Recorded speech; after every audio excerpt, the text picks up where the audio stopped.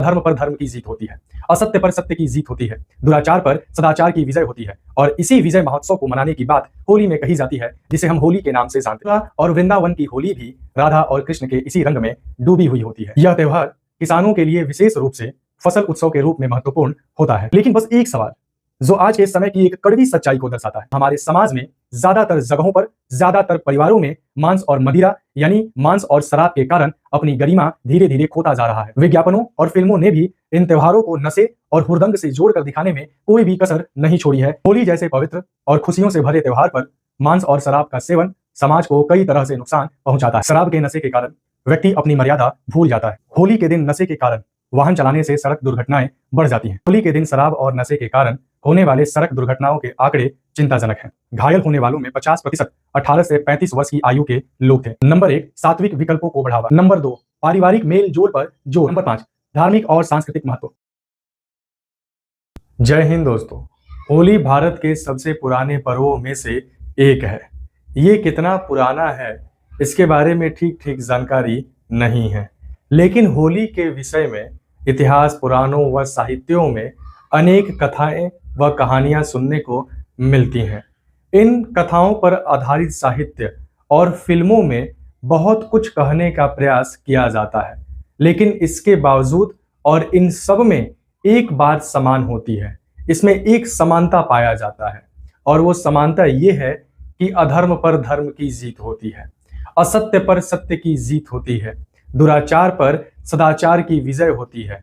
और इसी विजय महोत्सव को मनाने की बात होली में कही जाती है, जिसे हम होली के नाम से जानते हैं। होली का त्योहार राधा और कृष्ण के पावन प्रेम कहानी से जुड़ा हुआ है। बसंत के सुंदर मौसम में एक दूसरे पर रंग डालना उनकी लीला का एक अंग माना गया है। मथुरा और वृंदावन की होली भी राधा और कृष्ण के इसी रंग में डूबी हुई होती है। यह त्योहार किसानों के लिए विशेष रूप से फसल उत्सव के रूप में महत्वपूर्ण होता है।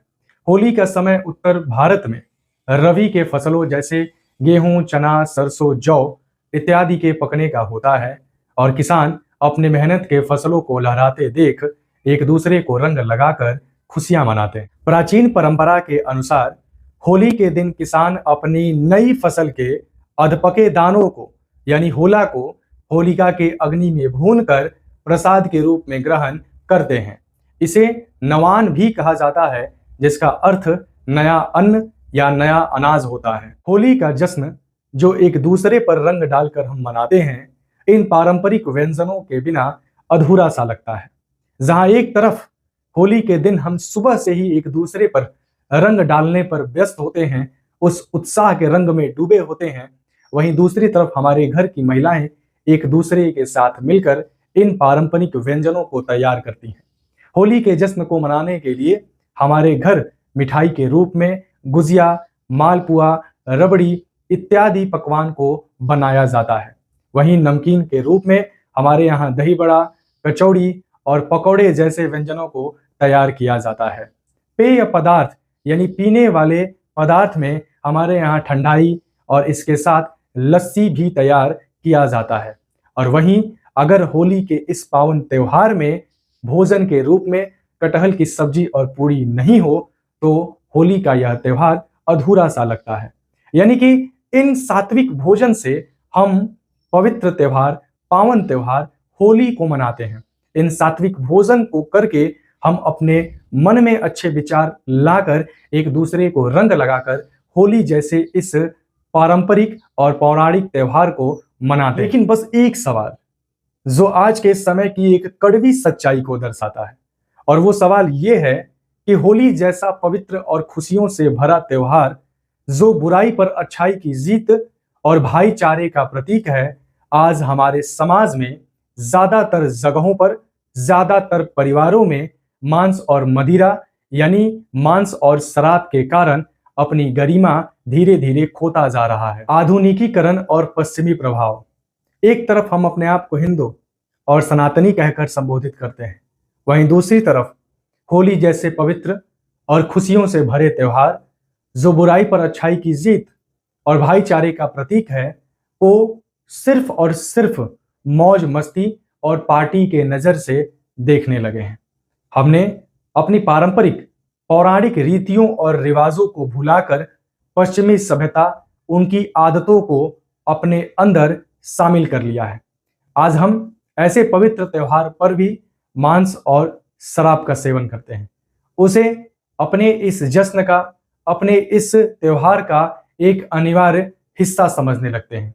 और मैं एक लाइन में कहूं तो पारंपरिक और पौराणिक रीतियों और रिवाजों की जगह आधुनिक आदतें ले चुकी हैं, जो हमारे अंदर समाहित हैं।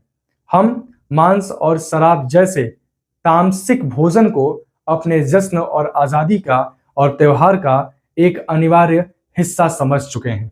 यहाँ तक कि हम जानते हैं कि ये भोजन हमारे सात्विक परंपरा के खिलाफ है, लेकिन ये सिर्फ कहने की बातें हैं। हम उसको कभी भी अपने व्यवहारिक जीवन में लागू नहीं करते हैं। विज्ञापनों और फिल्मों ने भी इन त्योहारों को नशे और हुरदंग से जोड़कर दिखाने में कोई भी कसर नहीं छोड़ी है, एक अहम भूमिका निभाई। होली जैसे पवित्र और खुशियों से भरे त्योहार पर मांस और शराब का सेवन समाज को कई तरह से नुकसान पहुंचाता है। नशे के कारण घरों में वाद विवाद, झगड़े, लड़ाइयाँ और घरेलू हिंसा की घटनाएं बढ़ जाते हैं। शराब के नशे के कारण व्यक्ति अपनी मर्यादा भूल जाता है, जिससे सड़कों पर हुरदंग, झगड़ा, लड़ाई, छेड़खानी, बदतमीजी जैसी समस्याएं बढ़ जाती हैं। होली के दिन नशे के कारण वाहन चलाने से सड़क दुर्घटनाएं बढ़ जाती हैं, उसका ग्राफ काफी बढ़ जाता है। आप कई जगहों पर होली के दिन नशे की हालत में चलाते हुए वाहनों के आपसी टकराव के कारण कई लोगों के मरने की खबर सुनते होंगे। इसके साथ ही जो पैसे बच्चों पर, उनकी शिक्षा पर खर्च होने चाहिए, वे नशे जैसे फालतू चीजों पर बर्बाद हो जाता है। शास्त्रों के अनुसार नशा मनुष्य का सात्विक बुद्धि नष्ट कर देता है और उसे अधर्म के मार्ग पर ले जाता है। के दिन शराब और नशे के कारण होने वाले सड़क दुर्घटनाओं के आंकड़े चिंताजनक हैं। हालांकि पूरे भारतवर्ष में इसका एक निश्चित आंकड़ा तो नहीं है, लेकिन पुलिस और अस्पतालों के रिपोर्ट के अनुसार जो भयानक और दर्दनाक तस्वीर हमारे सामने आती है वह कुछ इस प्रकार है। अकेले लखनऊ जैसे शहर में 2025 में होली के दिन 1500 लोग अस्पताल पहुंचे, जिनमें से ज्यादातर लोग शराब और नशे के कारण सड़क दुर्घटना के शिकार थे। दिल्ली पुलिस ने शराब पीकर गाड़ी चलाने के अपराध में 1213 लोगों पर मामला दर्ज किया, जो 2024 में 823 था, जिसकी तुलना में 2025 का यह संख्या 1213 बहुत अधिक है। उत्तर प्रदेश के पूर्वांचल में 2024 में होली के दिन सड़क दुर्घटना में 25 लोगों की जान गई, वहीं लखनऊ में 7 लोगों की जान गई, और इसका कारण शराब और नशा ही था। आंकड़ों के अनुसार घायल होने वालों में 50% 18 से 35 वर्ष की आयु के लोग थे, यानी कि घायल होने वालों में आंकड़ों के अनुसार 50% से भी अधिक लोग नौजवान थे, जो पश्चिमी सभ्यता को अपनाकर होली जैसे पवित्र त्योहार में नशीले पदार्थ का सेवन करके इस दुर्घटना का शिकार हो जाते हैं। शराब के नशे में वाहन चलाने से होने वाली दुर्घटना घातक होती है, जिससे हंसते खेलते परिवार उजड़ जाता है। आपको जानकर हैरानी होगी कि त्योहारों के दिन इमरजेंसी वार्ड यानी आपातकालीन वार्ड में दुर्घटनाओं के मामले 20 से 25% तक बढ़ जाता है, जिससे अन्य गंभीर रोगियों के इलाज में बाधा आ जाता है। सड़क हादसों में 25% उन बच्चों की मौत होती है जो नशे के हालत में गाड़ी चलाने वाले ड्राइवर के कार में उपस्थित होते हैं, बैठे होते हैं। यानी कि ये कुछ नहीं करते हैं, बस इनकी गलती इतनी होती है कि ये उस गाड़ी में बैठे हैं जिसका ड्राइवर शराब के नशे में डूबा हुआ है। 2026 यानी कि इस वर्ष की होली में शराब पीकर वाहन चलाने के कारण जो अलग अलग शहरों में दुर्घटनाएं घटित हुई हैं वे कुछ इस प्रकार हैं। दिल्ली जैसे शहर में ट्रैफिक पुलिस ने शराब पीकर गाड़ी चलाने के कारण 1200 से अधिक लोगों के चालान काटे हैं। वहीं होली के दिन तकरीबन 22 सड़क हादसे देखने को मिले हैं, जिसमें 4 मौत हुई है और 18 लोग गंभीर रूप से घायल हुए हैं। लखनऊ में होली के दिन आपसी झगड़े और सड़क दुर्घटना में 8 लोगों की मौत हुई। अस्पताल में सैकड़ों लोग घायल पहुंचे, जिनमें से कईयों की हालत गंभीर थी और इनमें से अधिकांश मामले शराब पीकर गाड़ी चलाने और तेज रफ्तार से जुड़े थे। मध्य प्रदेश पूरे राज्य में होली के दिन कुल 948 दुर्घटनाएं दर्ज की गई, जिनमें ड्रिंक एंड ड्राइव एक प्रमुख कारण बना रहा।